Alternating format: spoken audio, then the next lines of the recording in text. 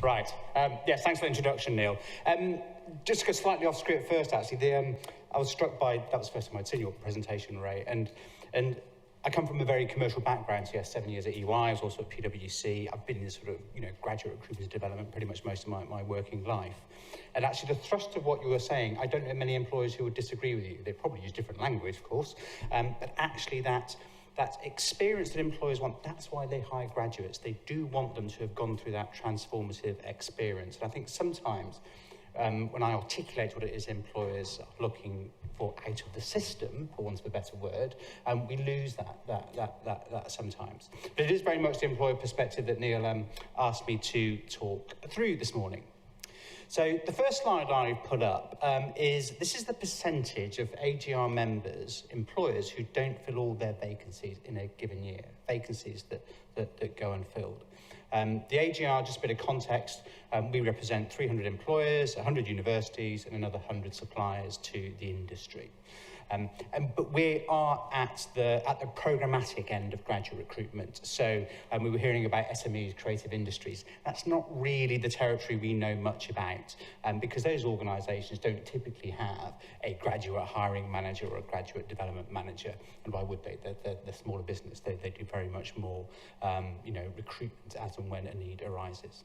So this is the kind of market we're talking about. I should update this slide. I've got the more recent data on it. But the reason I haven't is because actually the most important column on that bar chart is 2009. 2009, the financial crisis, that's when graduate vacancies were at their lowest. That's when all the headlines were screaming, forgotten generation, no jobs for graduates, etc., etc. In 2009, nearly 20% of those employers that we work with did not fill all their vacancies. They still had vacancies unfilled that they wanted to hire. So this language of the skill shortage that we hear about quite a lot, and actually, to be honest, we probably get a little bit bored of because we hear it all the time. It is real. I was in a meeting yesterday and I was talking to a colleague about this and we were saying there is an issue of this matching of skills to actually what employers want. It generally sorts itself out over time, but one of the points that I'd like to re-emphasise is around actually the nature of the UK market, because it is quite different to other territories around the world. The bulk of the employers that I work with do not care what somebody studies. And that's quite a fundamental principle of the way the UK market operates in terms of graduate employment, and that leads to all sorts of sort of strange behaviours that you don't see elsewhere. And that's why my comment on supply and demand is relevant, because when an employer like me in my EY days, when 40% of the hires had a degree that, I hate the word irrelevant, it's not an irrelevant degree, but the degree subject was not relevant to the world of work. To be an accountant, you can be a history graduate, a music graduate, an engineering graduate. We hired all those people. Even the 60% with a relevant degree qualification, that wasn't necessarily accounting and finance. We included mathematicians in that category, people with economics, a business degree, etc. So that behaviour of UK employers actually means that dictates a whole range of things that they do. That means that an employer like myself, when I was at EY, we would go to a campus, let's say Nottingham. Nottingham typically produced the most hires every year. The whole campus was a target market. If I was doing that same job in North America, I would go to NYU, I would go to a specific course, I would talk to the academic, and I would only hire from that course. So if a history graduate came to me and said, could I have a job, please? Say so, no, sorry, wrong choice, go away, start again. And I said that to my colleague of mine, that's when I was at EY, and I said, do you even have a nice conversation about it? And he went, well, no, not really. But then actually what he said was interesting was that actually we'll never have that conversation anyway. Because actually the way the system works is the student actually would not go into their higher education institution thinking that that's what they might do. So it's quite important that we remember that when we go through how employers hunt for graduates. Because a lot of the conversation that you will hear around employers maybe not using UCAS tariffs anymore, the conversation about do you have a 2-1 threshold or not, a lot of that activity comes back to organisations actually, well, how do we narrow down that pool of candidates we talk to? How do we actually get the pool of hires so we can deal with it in a manageable way?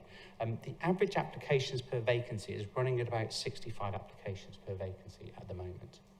So there's an awful lot of wastage in the system. Most employers, I say, actually run a recruit machine. Run a rejection machine rather than a recruitment machine.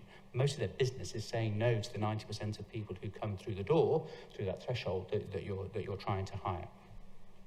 And there's quite a lot of interesting things happening around the nature of selection and assessment.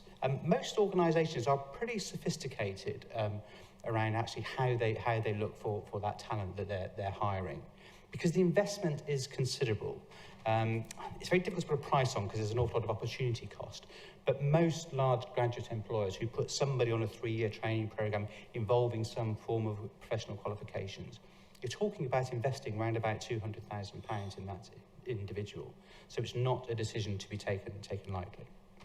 But I go back to this study that was done out of UCLA back in the 1950s. This work was started. Terman's termites, they were called. And the idea was that Terman was that there is nothing more important than about a person than their actual IQ. And what they did was they took a load of young kids, 5-year-olds, 6-year-olds, measured their IQ, and we're talking thousands of people here in this study. And the idea was that actually if you find those with the highest IQ, you invest your time and effort in developing those people. Because those with the higher IQ are the ones that will become the presidents, those with the lower IQ will become the postman. Now, this is what that study found over the years, if you're not familiar with it, as the years roll by. These were the outcomes of that group. So 20% were in the A group. They became the lawyers, the physicians, the academics. They were in the top flight. Group B were doing okay. They were the middle managers. But even in that group of individuals with very high IQs, there were still 20% that were in what they called the C group, the less skilled roles. And the really interesting thing about that data is that is actually no different to the control group.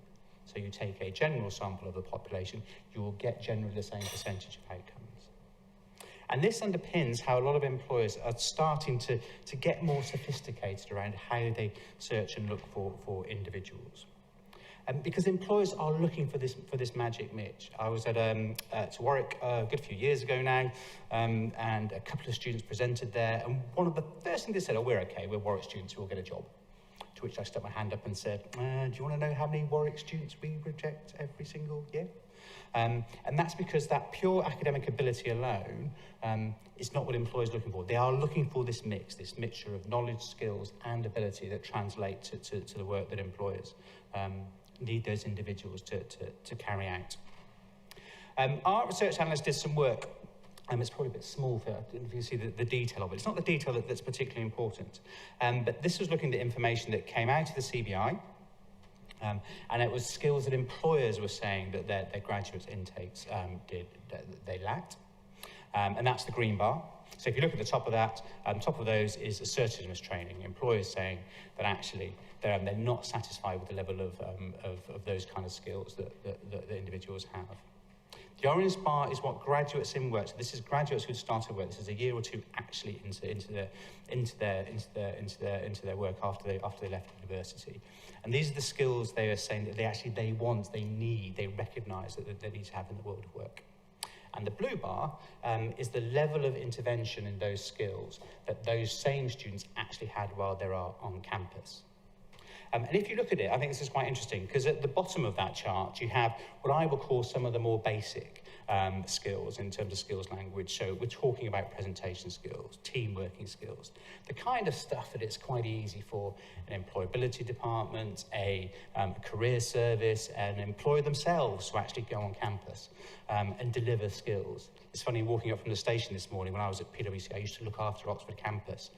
And I used to come here once or twice a week during the busy season, and I was doing a lot of the time working with student societies and the career service, doing those kind of 1 hour, 2 hour sessions on those particular skills. But then what we find is actually students are saying there's almost a sense they're getting too much of that stuff. And actually when it gets to the world of work, employers are saying, well, they don't have a problem with those skills and individuals. And I think there's something in this about the way the employability debate has been approached. The more straightforward stuff, I would say, has been done if you go over the last 10 years.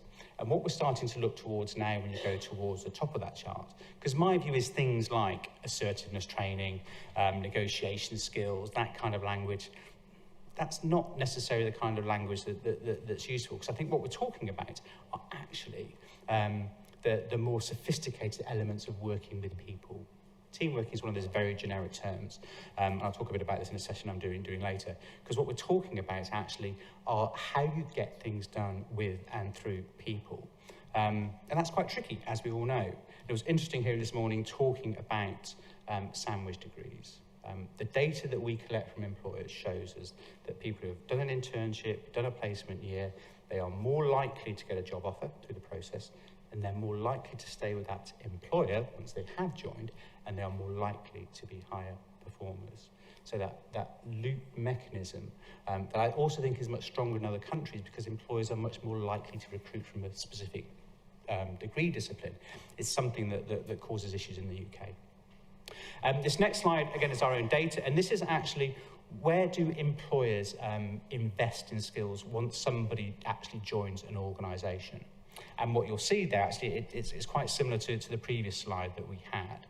The difference in colours, so the darker coloured bar is where actually employers are saying, well, they lack this skill. We didn't expect them to lack it. We kind of think that they should have this when they joined. Whereas the lighter coloured bar, the pinker coloured bar, is actually where employers actually expected this skill to be lacking, and therefore puts the investment in. And this does vary from sector to sector and discipline to discipline. We mentioned a little bit earlier the technical skills, because I tend to come at this from this bulk of employers that don't really mind what somebody studies, but we shouldn't forget there are 25% of employers who really do care very specifically what somebody studies, and I would argue the makeup would be a little bit different there. So there is a realisation that employers do understand they are recruiting people of very limited experience. They do expect to have to invest in those individuals. And I think a lot of the conversation around employability and that interface between employers and higher education is where that boundary lies, and is it in the right place? I don't work with many employers who genuinely do expect a graduate to come out of an institution to be oven ready and to walk straight into the world of work and just carry on as if they've been there all their life. My final slide, just to sum up and wrap together a few of the things, and Neil also asked me to mention the apprentice levy and some of the other forces kicking around at the moment. So you've probably seen this data before. UK also produced a similar piece of information just before Christmas, and that is overall the long-term need for more skilled people in the economy is not going to go away. Graduate vacancies are generally on an upward trend. This year, indications are it's flattening it out. I think there is a Brexit effect. I think we'll have a pretty flat this year. I won't go back to my chart, but I think 2012, when we had a bit of a blip in the economic recovery post-recession, there was a pause in the graduate market then, and I think it'd be quite interesting to see what happens. We're working on some data right now, which might be in the press tomorrow, but we'll see if we can get it out in time. But overarching that need for skills, those employers wanting more people at those skills level. And it's quite interesting seeing the apprentice levy coming into effect. And I tend to take a 5-year, 10-year view of this. There are a very small number of degree-level apprenticeships starts at the moment, but I think that could significantly change because the money is changing. We could spend all day talking about the mechanics of the apprentice levy because it's pretty damn complicated, but actually employers will be rewarded. They will be able to retrieve some of their funding that they were paying as part of the levy, because it is after all a payroll tax. They will be able to invest that in the training of people who are already employers. And I agree with the comments on part-time. I think that's a real concern. Employers can use their apprentice levy for postgraduate training, for paying for their existing employers.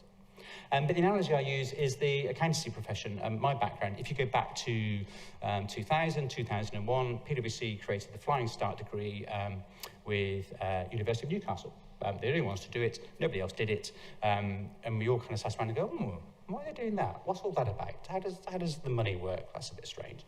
You fast forward to where we are now, all of the big four and some of the mid-tier firms all have working relationships with institutions, many of those partnership degrees.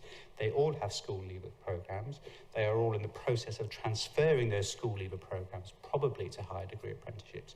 So if you look at that industry over the pace of 10 years, a significant amount of change. And what drove that change? It wasn't because hiring those people was any cheaper.